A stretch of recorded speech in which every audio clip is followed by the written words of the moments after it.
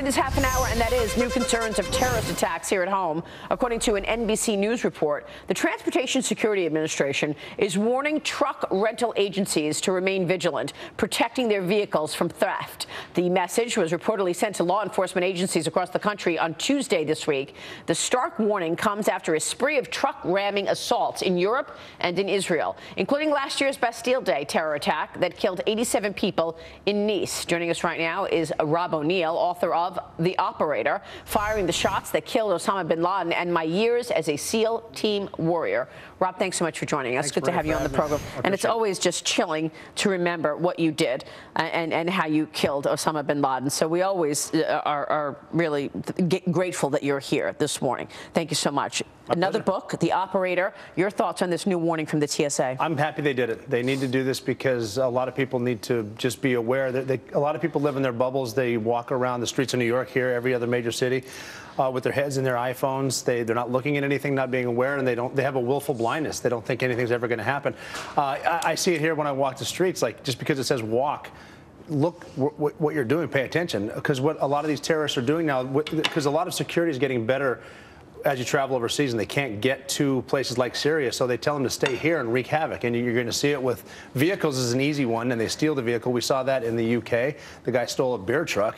Then they get out with knives and start stabbing people. It's going to happen here eventually. And those bigger trucks can get through barriers. They can get past people. They can run over lots of people at high speed. So it's really dangerous. I guess what I'm asking is this a new strategy by the terrorists at this point to just, commandeer a truck and use the truck as a weapon? We're seeing it more now, but they've been putting this out. The leadership in ISIS especially has been telling they call them lone wolves. It's not. I don't think it's a lone wolf. It's all part of the larger strategy. But they've been telling them to use what weapon you can find. And the vehicle's a great one. And just with crowds anywhere, they look for shopping malls, especially holidays, gatherings, parades, in the middle, walking across the crosswalks, like I'm saying, and the knife attacks too. Israel's been seeing it for a while, and they've been telling us to watch out for it, especially the knife attacks. But we just don't want to listen to them because that's their problem. It's not our problem here in the States when it is. Meanwhile, this week, the Army released the final picture taken by military photographer specialist Hilda Clayton. It shows that the moment a mortar accidentally exploded during a live fire exercise in Afghanistan. That blast killed Hilton. It killed 4 Afghan soldiers. That was back in 2013.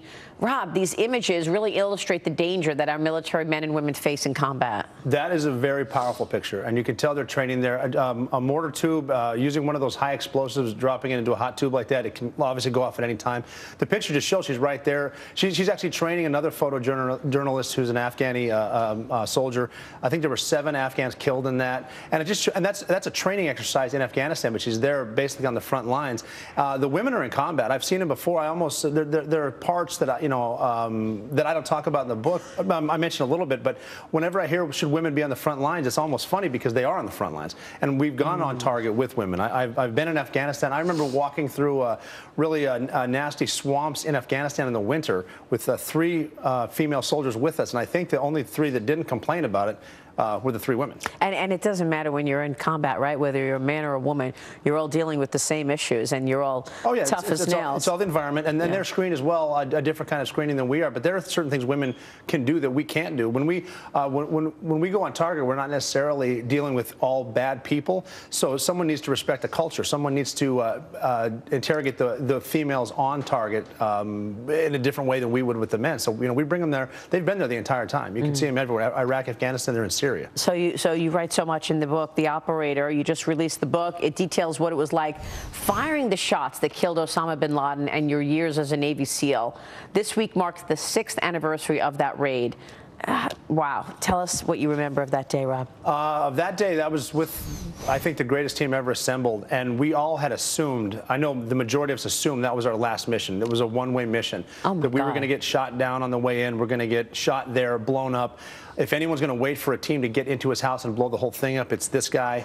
Running out of fuel and just being in Pakistan, getting arrested by we knew we weren't coming back, but we did it for the people that died on 9/11, for the people that were having breakfast at Windows on the World, and then they had a decision between 2,500 degrees or jump to your death. You were thinking about that. That's why we went.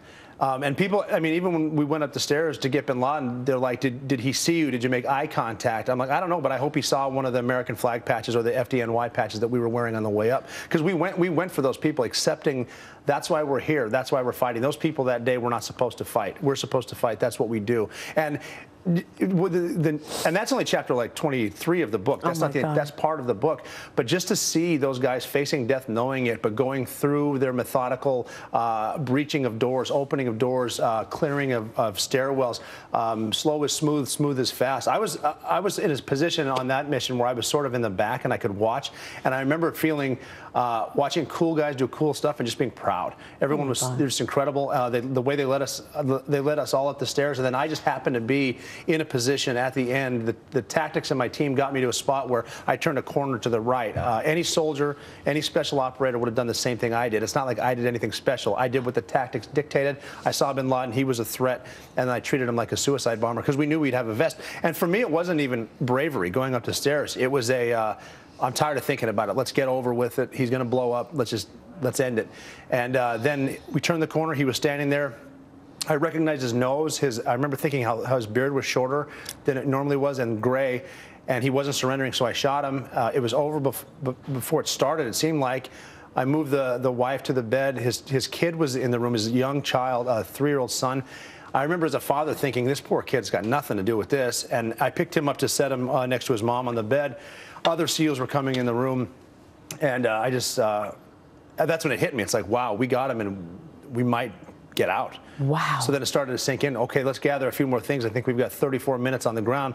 Then we got a 90-minute flight, and if we live 90 minutes, we're going to get 50 more years of life. Oh my God. So. When you shot bin Laden, did you make eye contact? I looked right at him, and I'm not sure he could see me because it was so dark, and I had night vision. But we were close. When I shot him, it was a matter of feet. He was closer than you and I are right now. What about closer than you and I are right now? What about when you picked up his wife and you brought her to the bed? I was still kind of just in training, not training, but what my tactics would do mode. It was time to move her away. What you want to do is when you clear a room and there's innocent people there, you want to move them to a corner and keep them out of the way. Clear the rest of the room for potential explosives or whatever it is, and then you start setting up for finding the potential intelligence assets of anything electrical, CDs, computers, things like that. So I was just doing this.